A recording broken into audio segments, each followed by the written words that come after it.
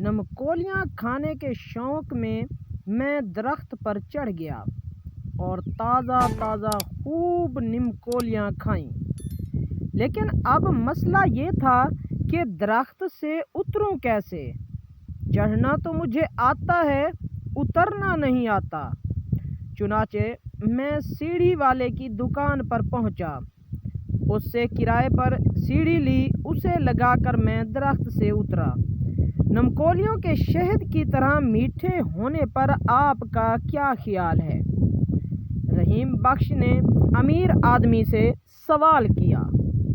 نمکولیاں میٹھی ہو سکتی ہیں، بالکل ہو سکتی ہیں، میں اسے سچ تسلیم کرتا ہوں اور آپ کی عقل کی داد دیتا ہوں کہ آپ نے درخت سے اترنے کا بڑا اچھا طریقہ استعمال کیا۔ امیر آدمی اطمینان سے بولا۔ دوسرے دوست کا وار بھی خالی گیا۔ تیسرا دوست عبداللہ میدان میں آیا۔ اس نے اپنا قصہ سناتے ہوئے کہا کہ میں چند دوستوں کے ہمراہ شمالی علاقہ جات کی سیاحت پر گیا۔ اس کے علاقے کے قدرتی حسن اور مسحور کن خوبصورتی سے میں اتنا متاثر ہوا کہ چلتے چلتے جنگل میں داخل ہو گیا اور مجھے پتہ ہی نہیں چلا، حالانکہ جنگل میں جانے سے مقامی لوگوں نے منع بھی کیا تھا کہ وہاں ایک آدم خور شیر رہتا ہے۔ وہی ہوا جس کا ڈر تھا۔ شیر اچانک سامنے آ گیا اور دھاڑنے لگا۔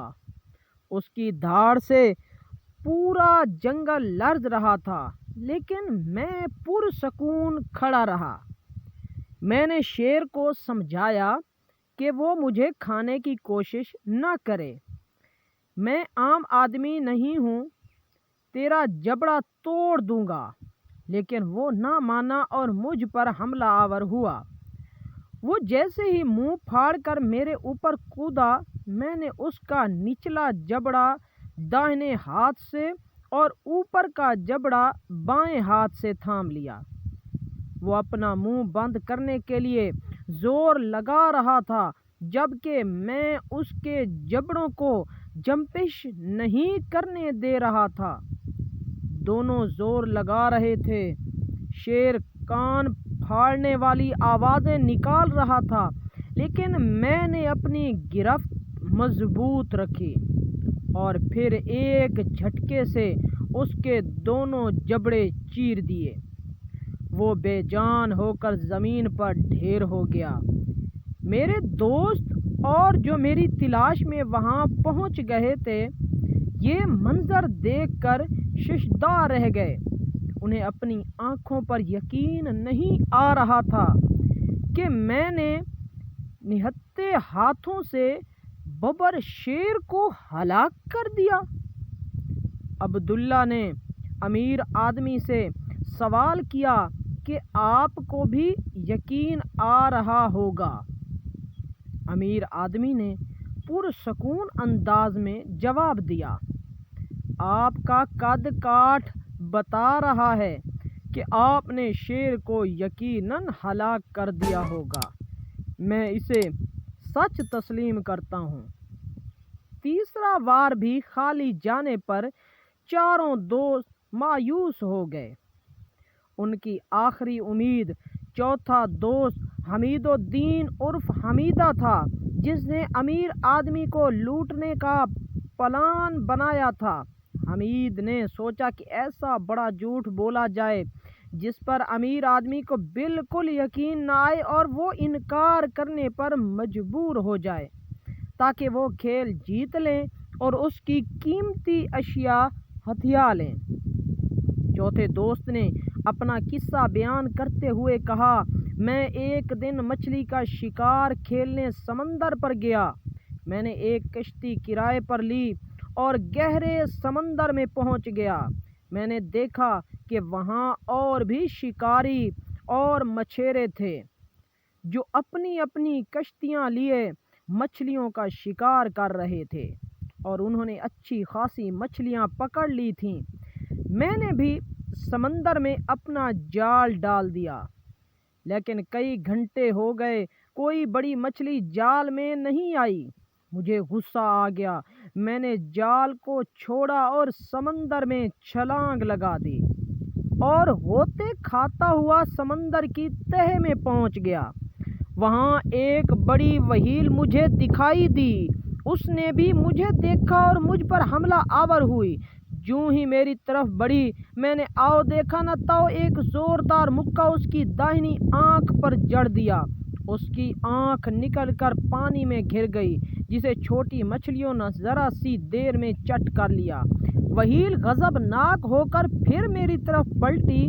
میں نے پینترا بدل کر اس کی بائیں آنکھ پر بھی مکہ جڑ دیا۔ اس کی دوسری آنکھ بھی ضائع ہو گئی اور وہ دونوں آنکھوں سے محروم ہو کر میرے قابو میں آ گئی۔ میں نے سمندر کی تہہ میں ہی اسے ذبح کر ڈالا۔ مجھے سخت بھوک لگ رہی تھی، لیکن مسئلہ اس کے گوشت کو بھوننے کا تھا۔ میں نے سمندر ہی میں 2 پتھروں کو رگڑ کر آگ جلائی اور مزے سے اس کا گوشت بھون کر کھانے لگا۔ قریب تھا کہ میں پوری وہیل کو کھا جاتا، لیکن پھر مجھے خیال آیا کہ اس کا کچھ حصہ بچا کر بھی لے جانا چاہیے تاکہ لوگوں کو یقین آ جائے کہ میں نے وہیل کا شکار کیا ہے۔ حمید الدین عرف حمیدہ نے امیر آدمی سے پوچھا، آپ کو میری بات کا یقین نہیں آیا ہوگا، خاص طور پر سمندر میں آگ جلانے کو تو آپ تسلیم ہی نہیں کریں گے۔ میں یقیناً تسلیم کروں گا کہ پانی میں آگ لگائی جا سکتی ہے۔ پانی میں آگ لگانے کا محاورہ اردو میں بہت مستعمل ہے، نہ جانے اردو کے کتنے اشعار اور گیتوں میں اس محاورے کا استعمال کیا گیا ہے۔ میں آپ کے قصے کو سچا مانتا ہوں، یہ ممکن ہے پانی میں آگ لگائی جا سکتی ہے۔ امیر آدمی کا جواب سن کر چاروں دوست دم بخودہ رہ گئے، ان کا آخری وار بھی خالی گیا۔ بعد النخواستہ انہوں نے امیر آدمی سے کہا کہ اب آپ اپنا کوئی حیرت میں ڈالنے والا قصہ سنائیے۔ امیر آدمی نے کہا کہ میرا ایک بڑا سبزی اگانے کا فارم ہے، جہاں میں سبزیوں کے سائز بڑے کرنے کے لیے تجربات کرتا رہتا ہوں۔ 25 سال پہلے میں نے کدو کو بڑا کرنے کا تجربہ کیا تھا، جو بہت کامیاب رہا اور کدو کا سائز معمول سے بہت بڑا ہو گیا۔ اس طرح 4 کدو تیار ہوئے تھے، لیکن جب انہیں کاٹا گیا تو ہر کدو میں سے ایک انسانی بچہ نکلا۔ وہ چاروں لڑکے تھے، میں نے انہیں پالا پوسا اور جوان کیا۔ وہ میرے کھیتوں اور فارموں پر کام کرتے تھے۔ ایک دن وہ چاروں میرے پاس سے بھاگ گئے، میں ان کی تلاش میں سرگرداں تھا۔ میری قسمت اچھی ہے کہ آج تم چاروں مجھے مل گئے، تم ہی وہ نوجوان ہو جو میرے فارم سے بھاگے تھے۔ اب تمہیں واپس میرے ساتھ چلنا ہوگا اور میرے فارم اور کھیتوں میں کام کرنا ہوگا، کیونکہ تم میری ملکیت ہو۔ بولو، میری بات پر یقین ہے یا نہیں؟ میرے قصے کو سچا مانتے ہو یا نہیں؟ امیر آدمی نے پوچھا۔ چاروں دوست شش و پنج میں پڑ گئے۔ اگر امیر آدمی کے قصے کو وہ سچا مانتے ہیں تو انہیں تمام عمر غلام بن کر اس کے کھیتوں میں کام کرنا ہوگا، اور اگر جھوٹ قرار دیتے ہیں تو انہیں اپنی جیبوں کی رقم، ہاتھ کی انگوٹھیوں، گھڑیوں اور گلے کی سنہری زنجیروں سے محروم ہونا پڑے گا۔ کافی سوچ بچار کے بعد انہوں نے دوسرے خیال کو بہتر سمجھا۔ امیر آدمی نے شرائط کے مطابق ان چاروں کی گلے کی زنجیریں، گھڑیاں اور جیبوں کی رقم سمیٹی اور اگلے اسٹیشن پر اتر گیا جہاں سے اترنا تھا، یعنی اسے کہتے ہیں 100 سونار کی 1 لوہار کی۔ ویڈیو اچھی لگی ہو تو لائک کر دیں۔ ایسی انٹرسٹنگ سٹوری دیکھنے کے لیے ہمارے چینل کو سبسکرائب کر دیں۔ اللہ